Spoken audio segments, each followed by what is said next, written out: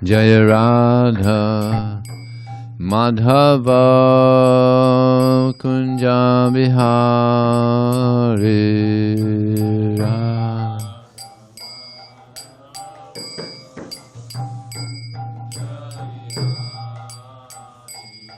Jaya Radha Madhava Kunja Bihari Radha.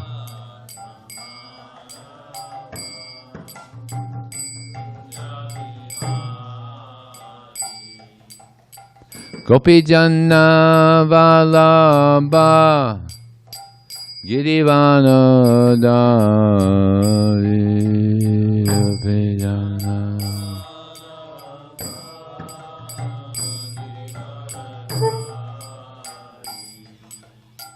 Gopi Janna Vallabha Girivana Dari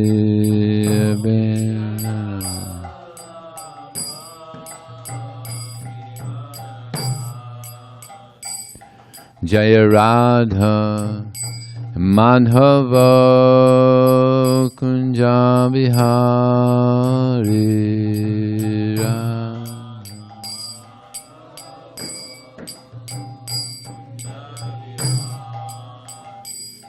Jaya Radha Madhava Kunja Bihari.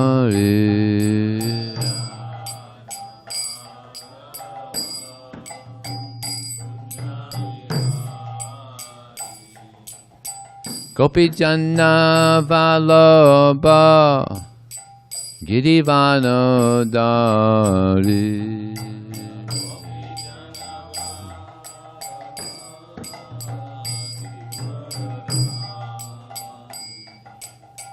Gopi Janna Vallabha Girivana Dari.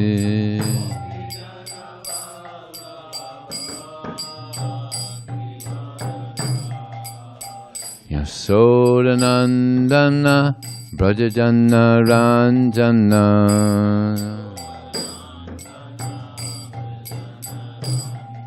Yasodanandana Brajajana Ranjana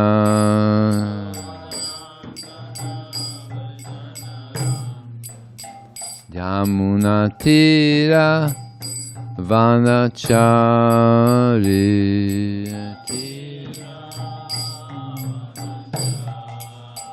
Yamunatira Vanachari.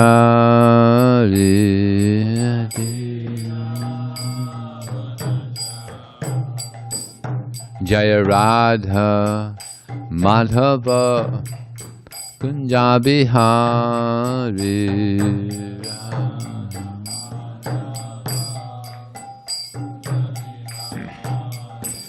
Jaya Radha Madhava Kunja Bihari.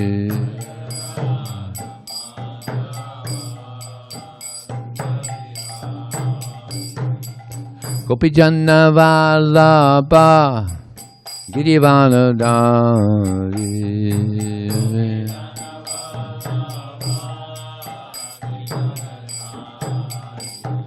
Gopi Janna Vallabha Girivana Dari.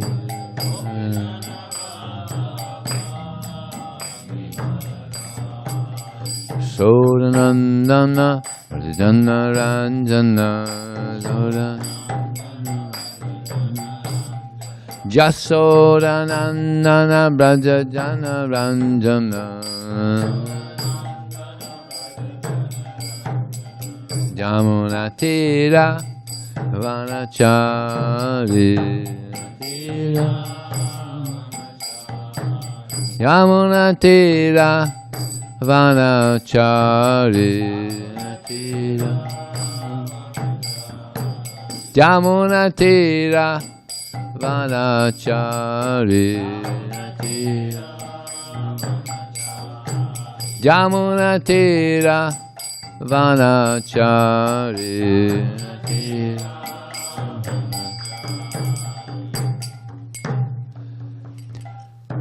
Jaya Vishnupad Paramahamsa Pravidakacharya Asatyosa Shishimad, His Divine Grace, Srila A.C. Bhaktivedanta Swami, Srila Prabhupada Ki, Gananti Gaura Vaishnavanda Ki Jai, Namacharya Srila Haridas Thakur Ki Jai, ISKCON Founder Acharya Srila Prabhupada Ki Jai, Prem Sikha Shri Krishna Chaitanya Prabhu Nityananda, Shri Advaita Giradhar, Srivasadi Gaur Bhaktivedanta Ki Jai, Shri Shri Radha Krishna Gopinath Syamakun Radhakun Giri Govardhan Ki Jai, Shri Vrindavandam Ki Jai, Shri Maya Purnavidam Ki Jai, Gangamaya Ki Jai, Jamunamaya Ki Jai, Tulsi Devi Ki Jai, Bhakti Devi Ki Jai, Samaveda Bhaktivinoda Ki Jai, Transcendental Book Distribution Ki Jai, Harinam Sankirtan Ki Jai, Gau Premanandi, all glorious summer devotees, all glorious summer devotees, all glorious summer devotees, all glorious Shri Guru and Shri Gauranga.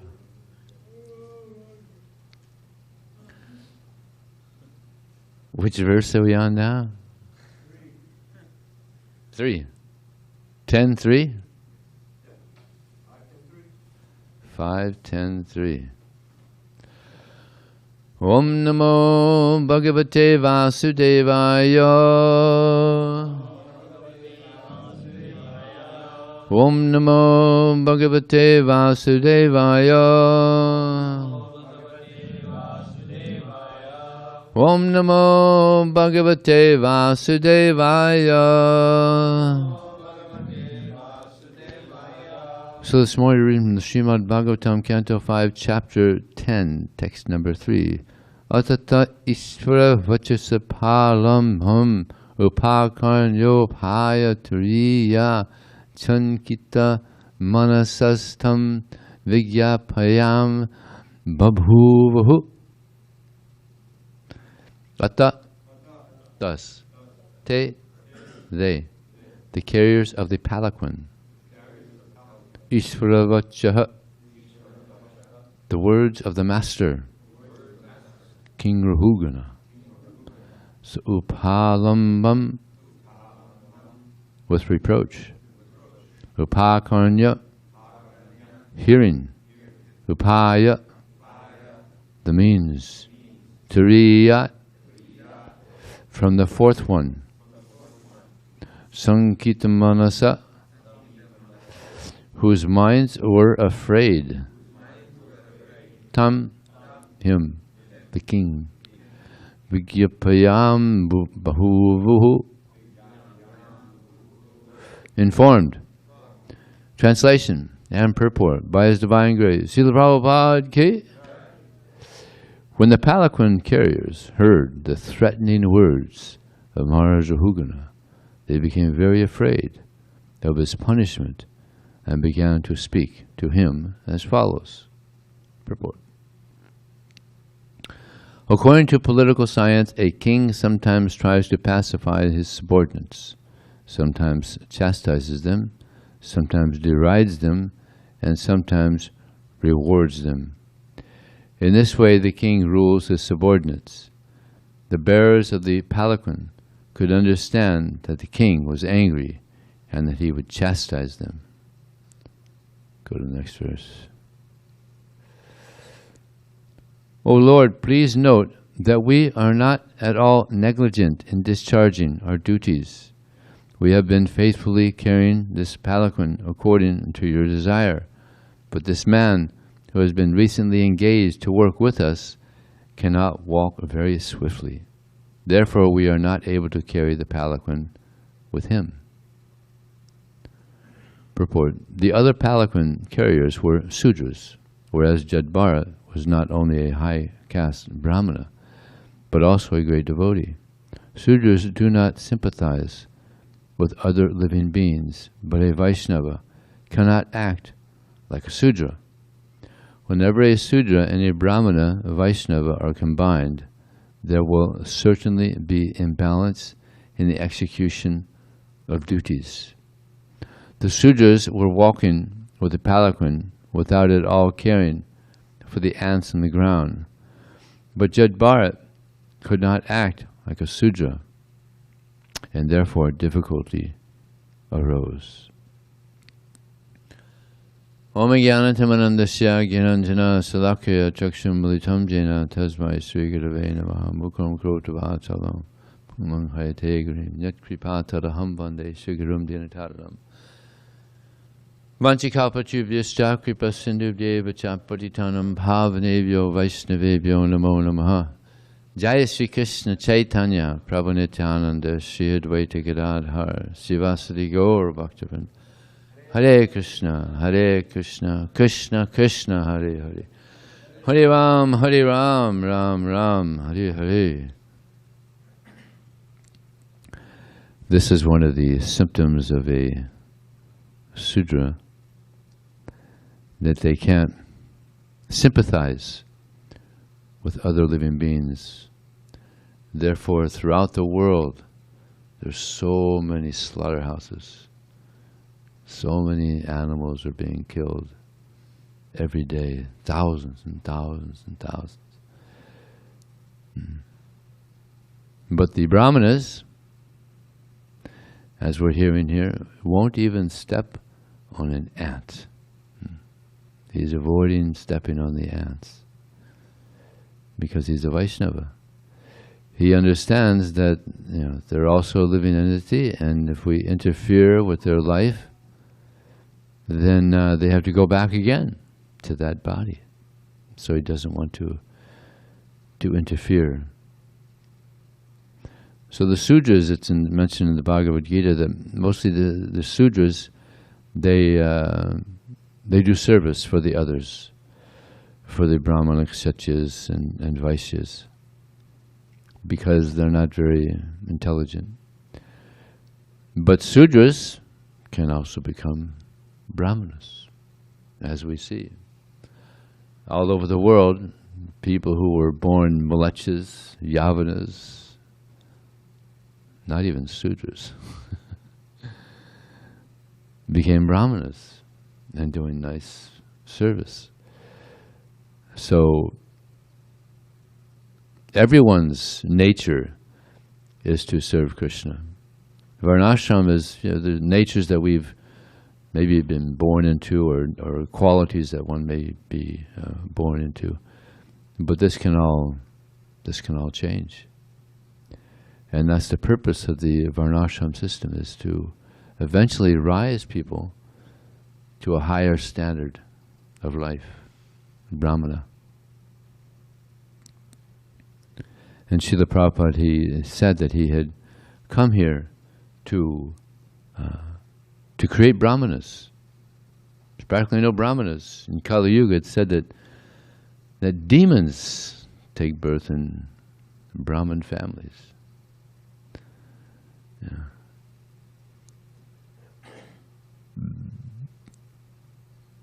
So, the Sudras, it's like if Brahmanas or devotees are para dukkha dukkha, as we heard recently. They feel pain seeing others suffering. But Sudras, para dukkha sukhi.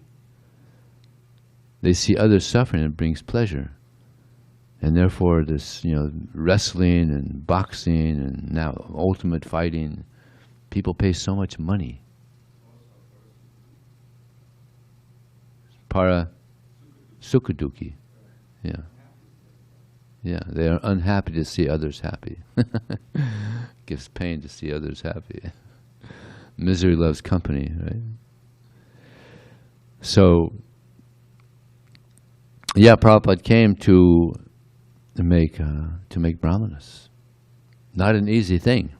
It's a big challenge. Yeah. Just like sometimes Prabhupada will be in India, and it's a common thing. People, so, do you have any mystic abilities? Do you magic? You have any magic? You do some magic. And Prabhupada would say, my mystic ability is I've turned these Sudras, these Mlechas, Yavanas into Brahmanas. That's pretty good. It's impressive. So, he felt pain upon seeing other suffering. This is the nature of a Vaishnava. Therefore, when Bhaktisiddhanta Saraswati Thakur first met Prabhupada, he gave him that instruction: go to the West. This is where they're the most fallen. help them to become happy. And Prabhupada did it. And so many people became very happy. Prabhupada would say that he's getting so many letters from people saying, I'm so happy, Prabhupada, now I'm chanting Hare Krishna.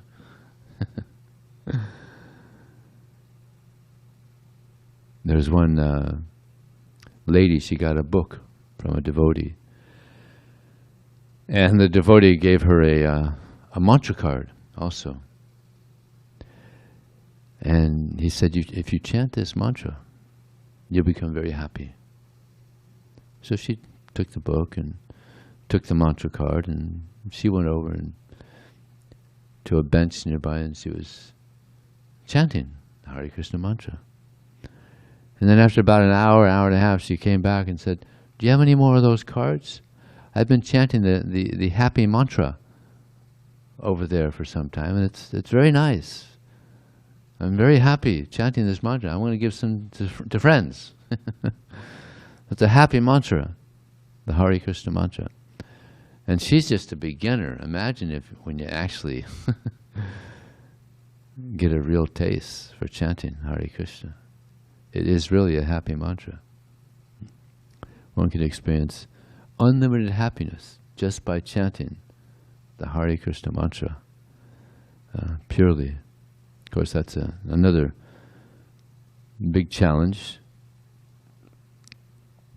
Another time there was a devotee distributing books in Germany. And he was trying to do 100 books. 100, it's a marathon. It's cold. You know, Germany, it's cold. Right now it's cold and cloudy and snows a lot. And while he was distributing, he noticed a lady nearby. She was leaning against a wall, cold, looked hungry. He hadn't distributed many books. He was lamenting. He had only, it's been 3 hours. I'm only distributed about 20 books. How am I going to be able to do this? And so he's thinking, oh, well, this is going to be tough. So then he offered a book to the lady because she had asked, oh, what do you have there? And he showed, oh, this is in yoga and meditation. We just asked for a donation. And she said, I want you to have some change. And he said, that's okay. So he gave her a small book and gave some change. And then he went back to distributing books. But he started thinking, this lady, she's suffering, she's cold, probably hungry. I have some dal in the van, maybe I can heat up some dal. And he asked her, are you hungry? She said, yeah, I'm very hungry. Okay, I'll get something. He was thinking before, he was thinking, but if this is the marathon I'm going to take, it's going to take 20 minutes to heat this thing up. So his mind's going back and forth whether to do it. So then he decided, all right, let me heat up some dal for her. So we heated up some dal, had some rice, also put some rice in there, and brought it to her in a bowl. And she was so happy. She was so happy. And she said, actually, I have a little more money. Let me give you a little bit more. And as soon as he did that, so many people started taking books.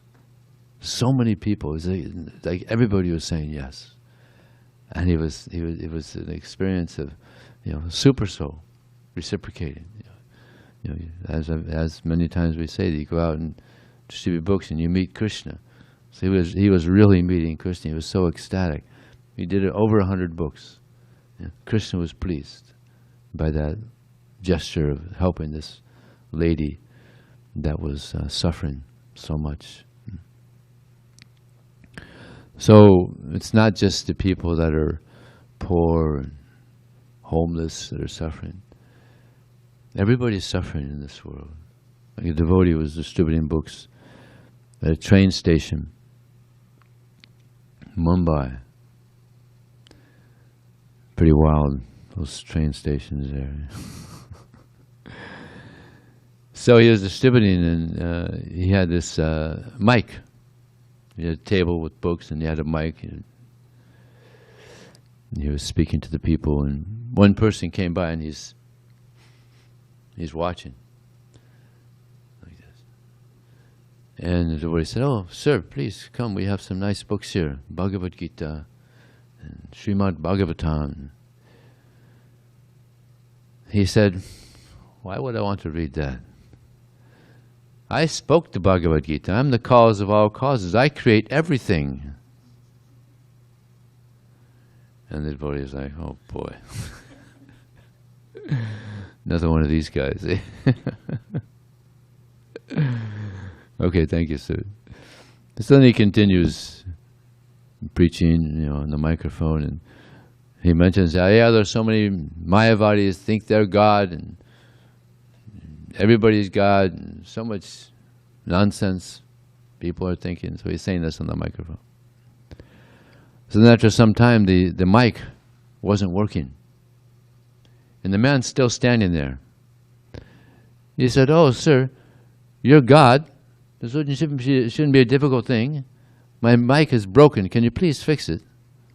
So he handed the mic to them. "All right, I'll fix it for you." So now he's got the mic and he's banging around, fixing, trying to fiddle with it and get it going. And after 10 minutes, no luck. So the devotee said, "You're living in a fool's paradise. You're not God. You're the servant of God. You should take this Bhagavad Gita, read it.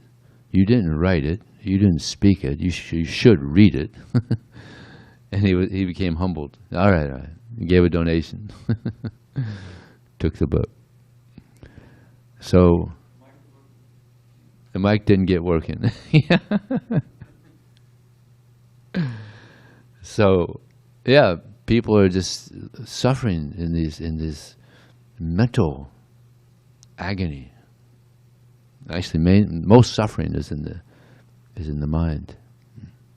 Stress, anxiety, confusion. Yeah. So this knowledge gives people hope that their life can come back together again. As so many devotees around the world, their lives became wonderful by practicing this process. It brings about a change in the heart. The heart is so dirty. Cheto darpana marjanam bhava maha davagni nirvapanam shreya kaya chandrika vitaranam vijavadu jivanam. That this chanting, this hearing about Krishna brings about a change in the heart. One gets purified. And instead of trying to enjoy sense gratification, one eventually wants to satisfy the senses of Krishna. This is the pleasure of the soul, is to give pleasure to Krishna. Because he's the father of everyone. So by this book distribution, we're planting seeds. Seeds of desire. Seeds of desire to serve Krishna. Everybody has desires. But most of the people that have desires in this world are all material desires. So by this knowledge that we're giving people, we're changing their desires from material to spiritual desires. So we're planting seeds. Yeah. And these seeds, they have to be watered. And this hearing and chanting is this watering process. We get purified by this hearing and chanting. And Prabhupada says the ripe fruits of love for Krishna on this creeper are relished by devotees that are constantly engaged in devotional service. So fruits come from this creeper. And devotees, they relish these fruits of love of Krishna. Yeah. And this is the nature of the soul, is to be happy, to be eternal, to have full knowledge. And Prabhupada said that the soul is embarrassed to be in the material body. It's an embarrassing situation. these bodies are so, actually they're obnoxious. You don't smell it so much. I was distributing books one time at a university, and I approached one student. He was a student. He was a medical student, and he had just come from the place there where they cut into bodies, and he smelled bad. He smelled really bad. Yeah. So I asked him, so what is this unusual smell? He said, yeah, I'm a medical student, so we were just, cutting into bodies, and they smell. They smell really bad. You got the skin, so that kind of covers it. But yeah, it's an embarrassing situation to be in the material body. So this process brings us to getting a spiritual body. We have to keep on watering. And Prabhupada explains that this creeper of devotional service, it grows, and it grows, and it grows, and it penetrates the coverings of the universe and goes into the spiritual world and takes shelter at the lotus feet of Krishna. Pretty mystical, huh? It's amazing. But while we're watering this creeper of devotional service, we have to be careful, because weeds can also grow along with the creeper. So we have to be very diligent and be careful, just like we have these 10 offenses. Why do we chant them? Because these are weeds. These are weeds that can strangle the creeper of devotional service. Stunt the creeper of devotional service. So therefore, one of the most important qualities of a Vaishnava is that we have to be humble, humility. We're not very big, we're small, very small living entities in this world, along with many other millions and millions and billions of other living entities. We're very small. And Krishna's great. So the more we're able to understand this, that we're very small, and Krishna is very great, the more we'll be able to engage in devotional service with love. This is the goal. From akama, or from kama to akama. Akama means no material desire. Kama means so much material desire. And the material desires, this kama, is exhibited here in this world, where people have so many selfish desires. And akama is exhibited in the spiritual world, where there's no material desires. The only desire is to serve Krishna and to serve Krishna's devotees. So this is what we're aiming for, is this akama. Krishna Bhakti Nishkama, or Nishkama also means no material desires. Krishna Bhakta Nishkama Ata Eva Shanta. Bhukti Mukti Siddhikami Sakali Asanta. So devotees, because they have no material desires, they're very peaceful. Krishna Bhakti Nishkama Ata Eva Shanta. Bhukti Mukti Siddhikami Sakali Asanta. But people in this world, they have so many material desires, so many unlimited desires, and therefore they're ashanta. They're not peaceful. Quite often Prabhupada would be asked by people who come and visit him, Swamiji, how can we attain peace? Everybody wants peace. Yeah. I guess there's some people out there that don't. Violent people. They like to fight. But in general, people like to be peaceful. And Prabhupada would give the formula. What's the formula for peace? Besides Dvita. Bhaktaram yoga tapasang sarvalokam maheswaram surang sarvabhutam gyatvam shantim richati. This is the peace formula. To see that Krishna, He is the enjoyer. When we live to give pleasure to Krishna, then we'll be very happy. And one may even wonder, why do I feel so happy? Because we're doing things for Krishna. He is the enjoyer. He is the proprietor. He is the friend of all living entities. But here in this world, people want to be the proprietor. And for people who try to get big houses and big cars and so much facility for sense gratification, they want to be the proprietors. They want to be the enjoyer. They want to win friends and influence people. There's a book, How to Win Friends and Influence People. They want to be popular, like Krishna. But no, and therefore people are trying to be Krishna, but they're very bad imitations. Just like this Paundraka, he challenged Krishna, saying that I am the real Vishnu. And I guess he had some paper mache arms stuck on him. Yeah, must look pretty funny. And Krishna got a good laugh too. All the devotees got a good laugh. So yeah, it's ridiculous that anybody can be God. We're all the servants.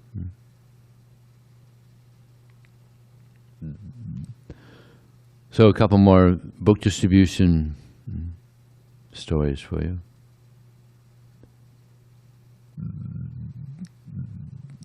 So these books are actually tickets to the spiritual world. Now, how far away is the spiritual world from here? It's a long ways. Now, to get a ticket around the world, how much do you think it costs to get a ticket around the world? Take a guess.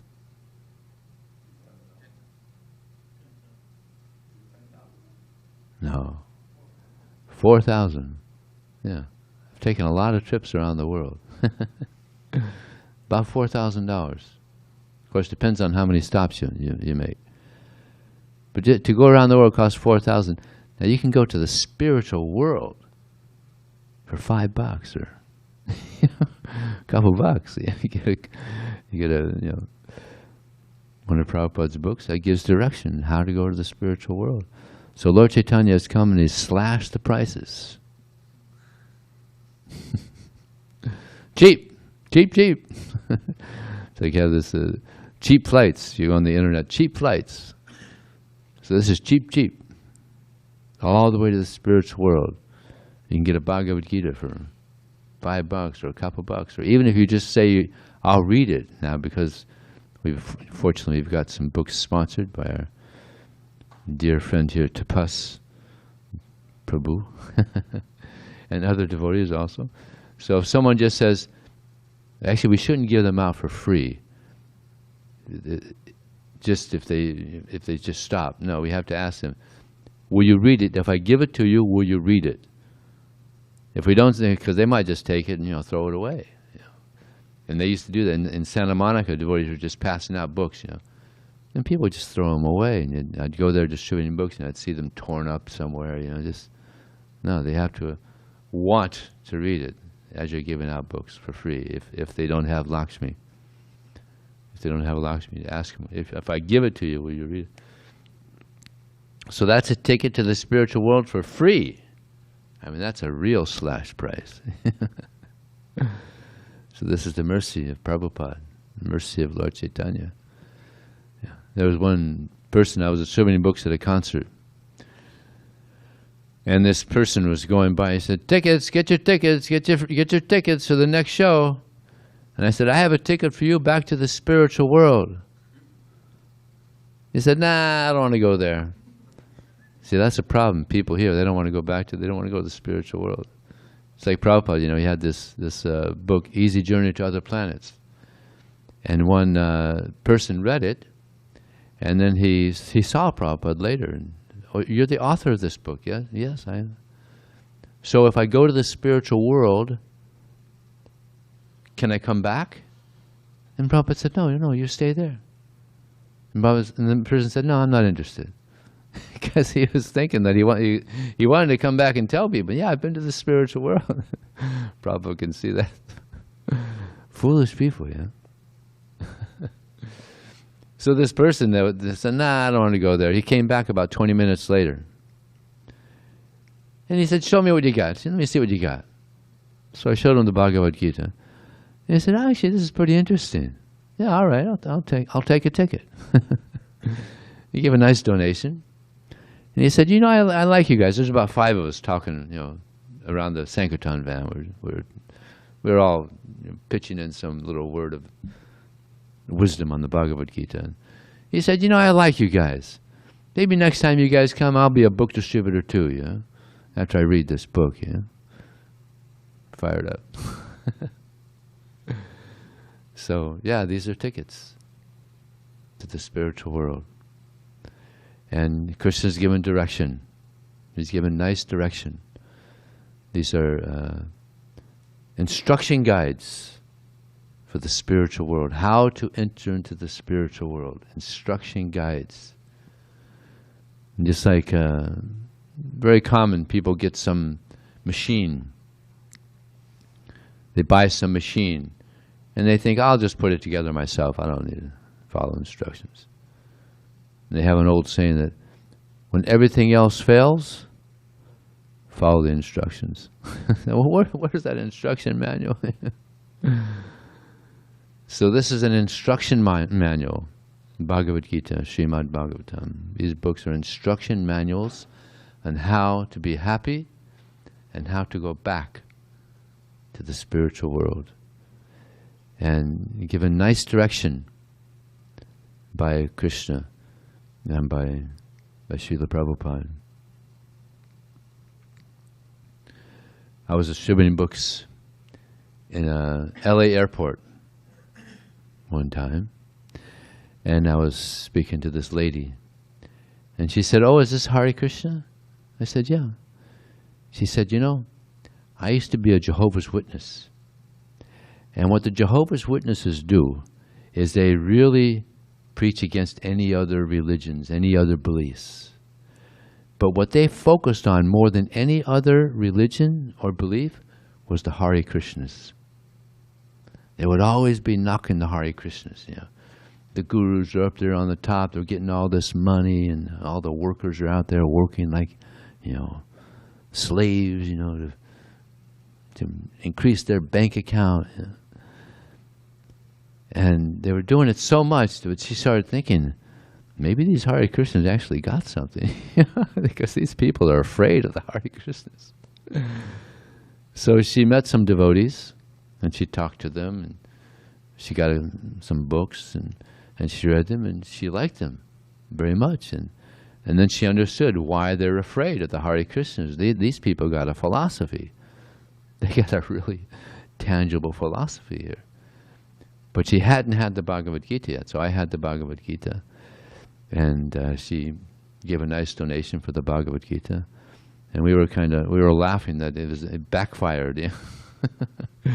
They were putting so much stress on, stay away from the Hare Krishnas. But because there was so much stress on that she became a little interested and became very favorable. I don't know if she ever became a devotee, but the Jehovah's Witnesses are making devotees for us. Ironically. Ratnabhushan, some of you may know Ratnabhushan Prabhu. Ratnabhushan is, he's like the Jayananda Prabhu of Los Angeles. He does everything. He can do anything, and he does. Actually, if he were to leave his body, I don't know how they'd do Rath Yatra, because he's the man. He does everything. He's a genius. There's a devotee up in Ojai, Maheshwar.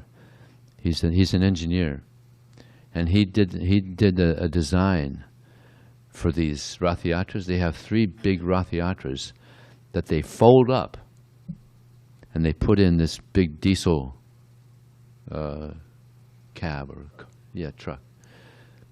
They put all 3 of them in one truck. So you can imagine how detailed the instructions were, the engineering instructions are for building that. So he many pages. And Ratnabhushan, he followed it perfectly to the 16th of an inch. And they went into that truck perfectly. And they're sitting there right now waiting for another Rath Yatra to take place. Now we haven't had it for a couple of years, unfortunately. So, yeah, he's a mechanical genius. Very smart. He was also distributing books back in the old days. He was distributing at one rest area. And he offered a book to somebody, and he said, no, I'm not into all this sentiment. I believe in the Big Bang. And he said, oh, you believe in the Big Bang? Okay.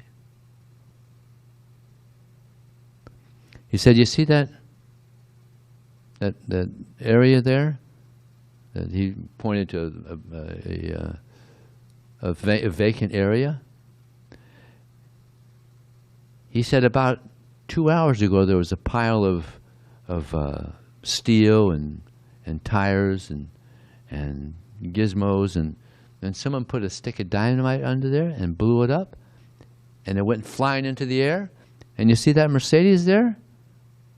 That was the beginning of that Mercedes there. And the guy said, yeah, right, yeah, funny guy, yeah. So he said, I'm going to go in the store and think about your book, So he went into the store. He came back and he bought a book. It's a good argument, Big Bang. When there's a Big Bang, there's destruction. There's not organization like we see. So he explained that to this man. The Big Bang, when there's a Big Bang, there's destruction. There's not organized. Look at this universe. Look at how organized it is. Yeah. Much bigger than this little Mercedes Benz. Yeah. So you think that all this order can come about by a Big Bang? So he thought, oh, good. Very good. So he took a book. There's a devotee distributing books in Mumbai. And this person, he was, let me remember this one. No, I can't remember this one. Let's go to another one. There was a devotee, Tulsi Dasi, incredible book distributor. So she was distributing books in the airport also. And the guy said, no, I'm not interested. I'm into science. And she said, well, this is the science of self-realization. Would you like me to tell you your future? And he said, all right, tell me your future. So she opened up the Bhagavad Gita and she showed the changing bodies. She said, this is where you were, this is where you are, and this is where you're going to be. This is where you're going. And she showed the last guy there at the bottom. This is your future. You should get this book and learn about what's going to happen. She showed how the soul goes on after the body dies. You should take this book and learn what's going to happen when you come to that level. When the body dies, you're going to continue. And he said, wow, that's interesting. All right, I'll take it. Took the book. She was an incredible book distributor.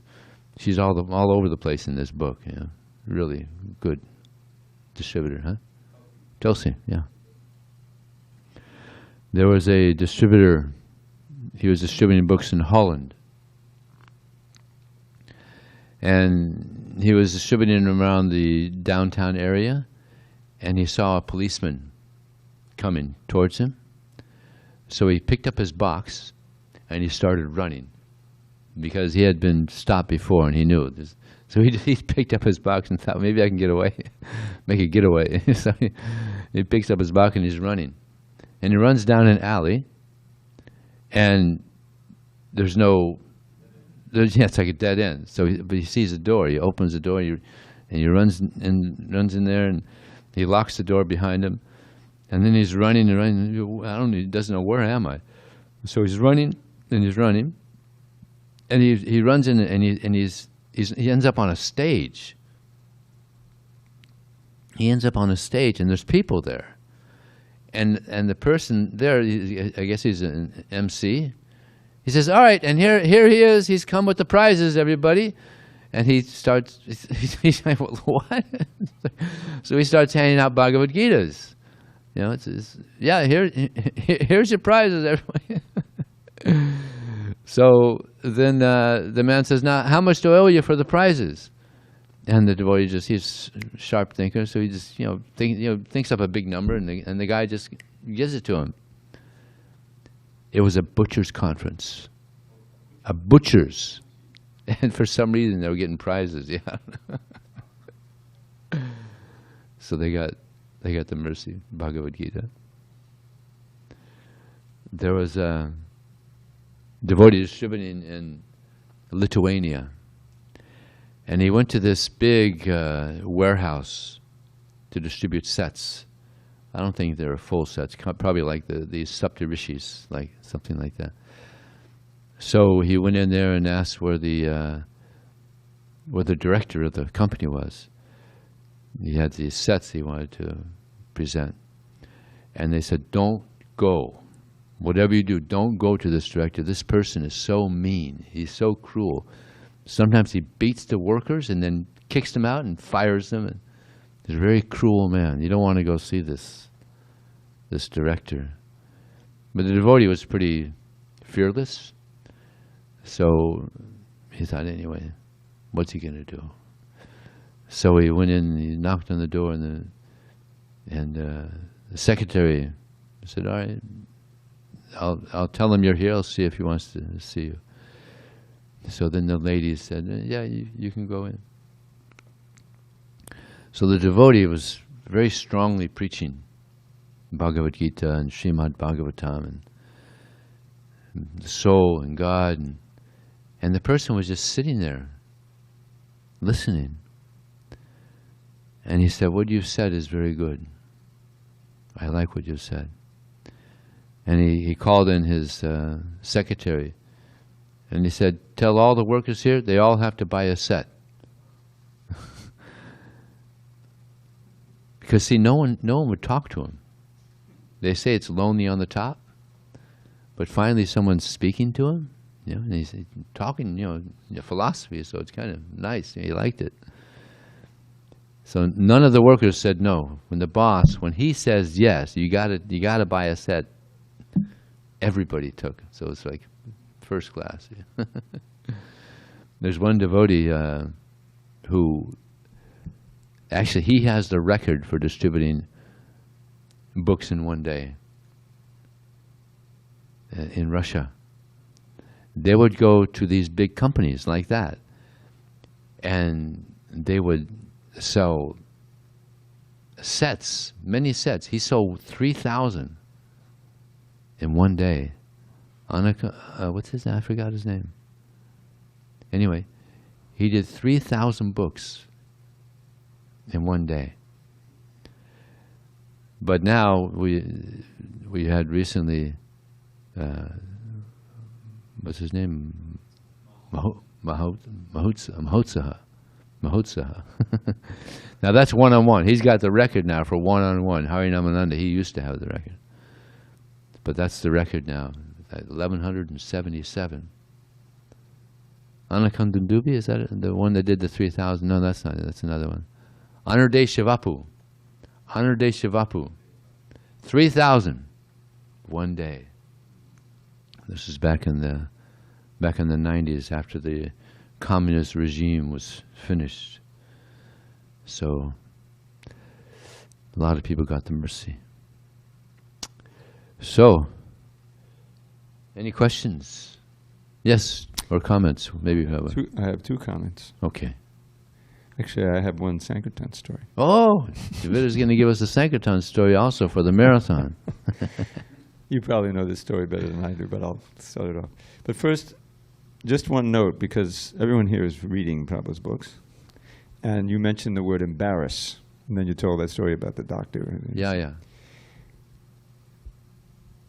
Prabhupada often uses this word in a way that is not what we usually understand.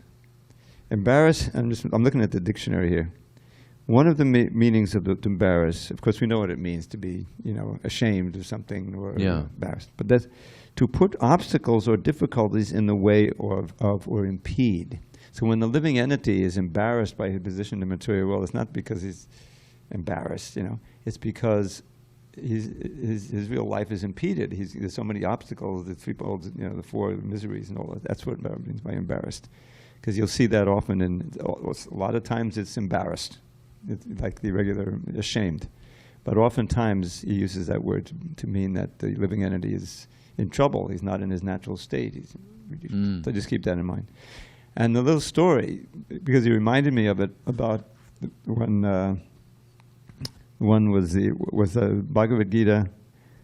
Was it? That the Jehovah's Witnesses were so afraid of the devotees they were criticizing, and so someone who was a former Jehovah's Witness said, "Oh, let me, let's see what you got out. If they don't like it, maybe it's good," and that type of thing. So you remember, this was years ago, Dmitri. This is for you. It was in Russia, and they had an official judgment against the devotees, and it was all about the Bhagavad Gita. They were trying to suppress the distribution of the Bhagavad Gita in Russia. And the books just flew out. As soon as the people heard that the government was against the Bhagavad Gita, they said, "Oh, this is just like the old Soviet days. It must be something important." And they were selling thousands and thousands of Bhagavad Gitas all over Russia. Yes.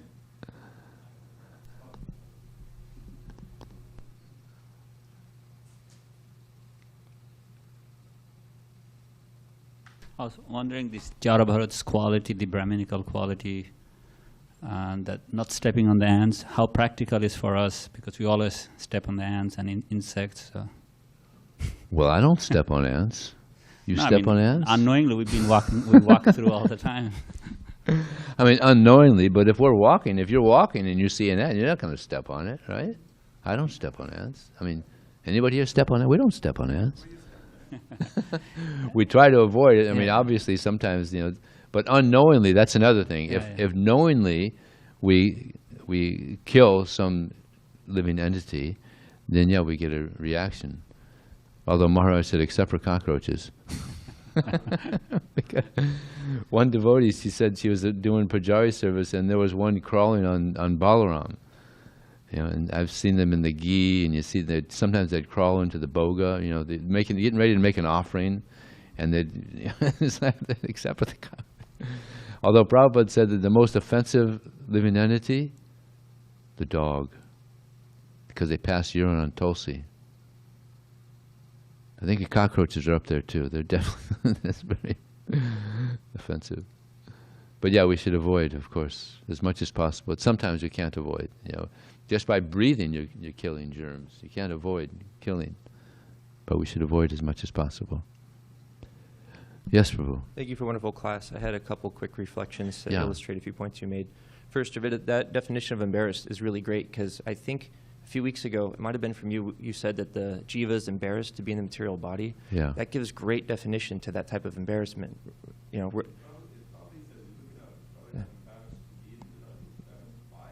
Okay, and that understands why. By the body. Embarrassed by the body. By its limitations, because we're truly spiritual and we're in this decaying body that's troubling us all the time. So I've read Dale Carnegie's How to Win Friends and Influence Others. It's just mental platform. It's like strategy. So you're like interfacing with someone and you're thinking the whole time, how do I be kind? How do I get them to like me? Right? It should say, find good devotees and serve them, right? 'Cause that's from the heart. Me and Mani, a long time ago, would be in Seattle in this very busy area downtown, and we would be doing Harinam, and we'd be distributing cookies and the small books. And we would be just giving them away most of the time to anyone who showed any interest. But every hour what I would do is I'd walk in this square around where's that and pick up all the books people had left on the benches and come back and be like, okay, let's try it again. And probably in the trash too. So I'm you're sure. right. You know, like we got to make sure there's a little bit more than just, hey, that Got to be sounds some cool. interest. Yeah. And the third one was, I like that story about the person saying that they wrote the Gita and they're basically saying I'm in control. And then it's funny, both the devotee and that person didn't expect that microphone to go out. But how cool is Krishna, the way he works? Because the devotee probably felt some distress when his microphone goes out, but it makes it create a situation where that guy takes a book. Yeah. Because of that very situation. Yeah. And he's probably relishing that laughing at him. Oh, your mic went out. But he doesn't know this is Krishna working right now. You're about to take a book. Yeah. So it's very beautiful when we sit back and let That Krishna humbled him. be in control. Yeah. And who would have expected that? In the beginning, he could have said, well, just give me 5 minutes. My mic's going to go out. We're going to mix it up a little bit. You'll take a book, you know. But you just sit back, let that happen. Krishna shows, hey, I'm in control. Yeah. And he gets a Very book. good. Yeah, very nice. Yeah. Another thing, Davida, you brought this up that the body is it's embarrassed in the sense that we can't reach the goal that we want. Yeah.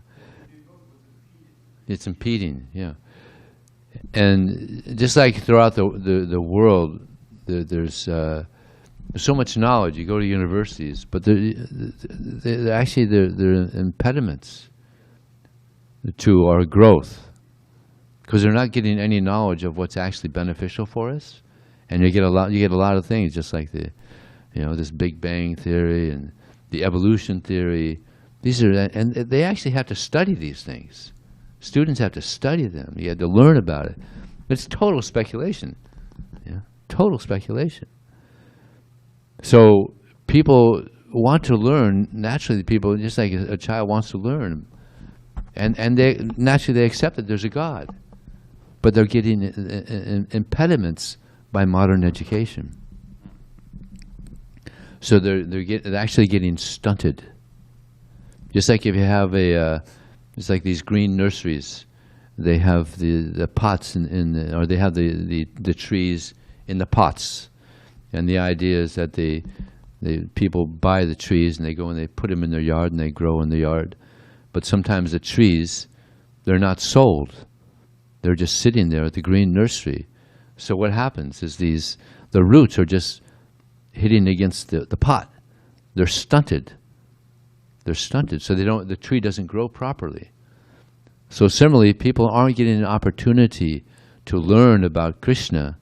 So they're not growing properly. There's so many mental problems and they're not learning about life. They're not learning about who they are and who God is. So there has to be so many difficulties in society because they're being misled by misleaders, so-called. Give Davida the microphone. No, there's another microphone here.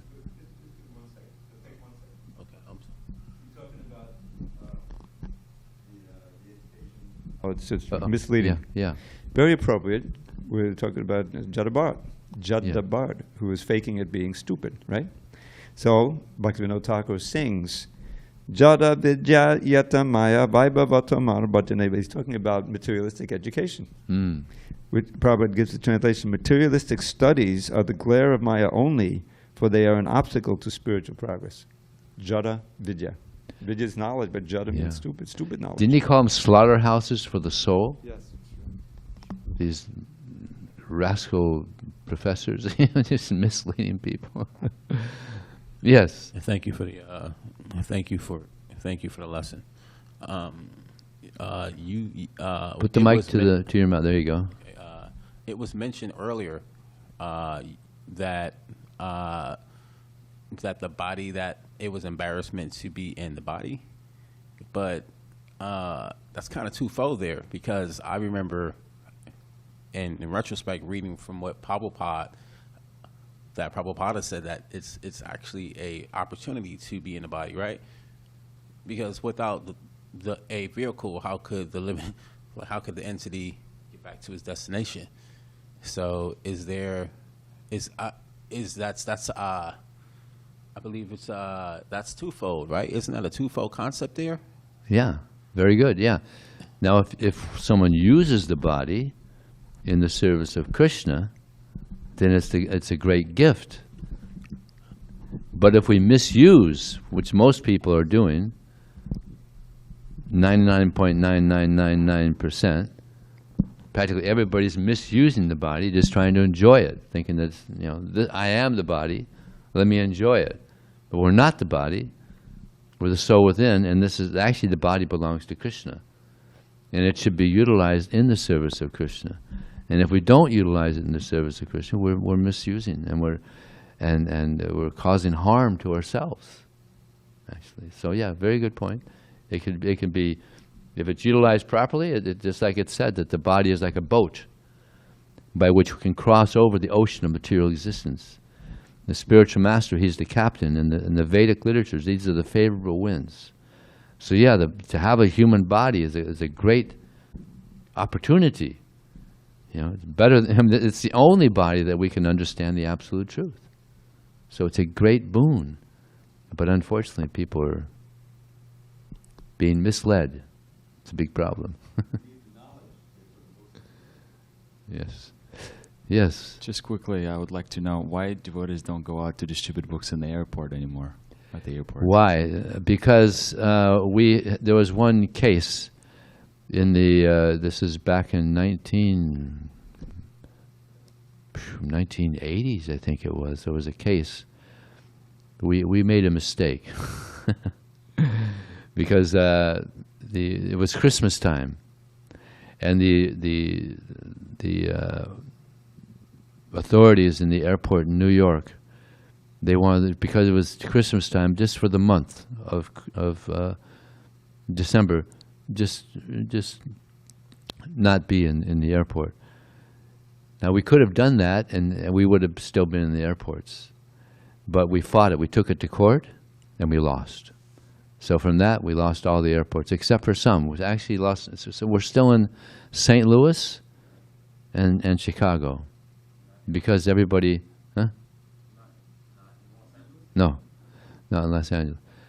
But actually, it turned out to be better, because from that, we all started doing schools, which is better, the youth.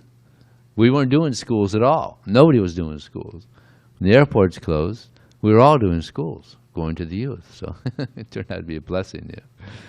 And Balboa Park, probably they were just doing the airport here in San Diego also. When I came here many years ago and we opened it up, after the case was lost, because it's individual. Each airport, each state, they're individual. If they want, you can let the Hare Krishnas in. So I went and I spoke to the manager there, and they said, "Yeah, it's all right, go ahead." But then it was someone else, also a manager. He said, "Nah, they can't." Then when they kicked us out. So yes. Your name is Vishnu? Nice to meet you, Vishnu. Welcome to our temple. Speak loudly or put the mic closely. So what is spiritual world? Spiritual world? What is the spiritual world? Whoa.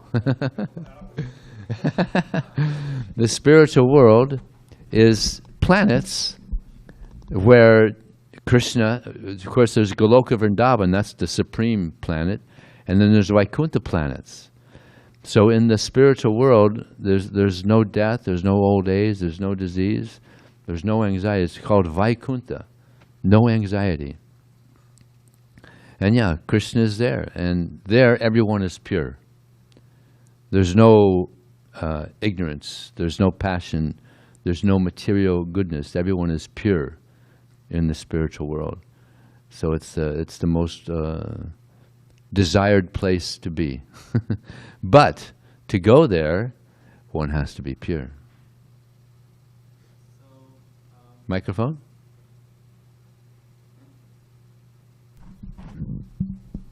It's on, I think. Sorry to ask you a lot of Yeah, questions. go ahead. But since we do not have a material body, and once we go to spiritual world, so how is that even possible, right? You have a spiritual body. Okay. In the spiritual world, you have a spiritual body, and you have a Siddha Swarup. Actually, this is the external form, There's a soul in your body. That's who you are. And that spiritual body is kind of like, could say, stunted. But as you grow in spiritual life, the spiritual body also grows. So when you go to the spiritual world, you have a spiritual body. Yeah.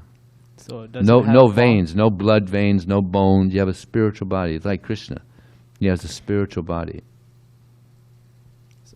It does have a form, or Krishna has a form too. He has the supreme spiritual body, spiritual form. And everybody has a spiritual form there in the spiritual world. But he has the supreme spiritual form. And the difference between him and us is that we can become deluded by material desires. Krishna can never be overcome. We can choose to serve Krishna or choose not to serve Krishna. Yeah. But Krishna's God, and he always wants to serve his devotees. He never does not want to serve his devotees. He'll always want to serve his devotees. But sometimes we want to serve Krishna and his devotees, and sometimes we choose not to. So the people who are here are the ones that chose not to serve Krishna and his devotees. So now this process is meant to bring us back to normal. You know? To bring us back to normal, where we're serving Krishna and serving Krishna's devotees nicely again. It's a big challenge, but this is the goal. thank you. Thank you. Okay, thank you very much. Srila Prabhupada ki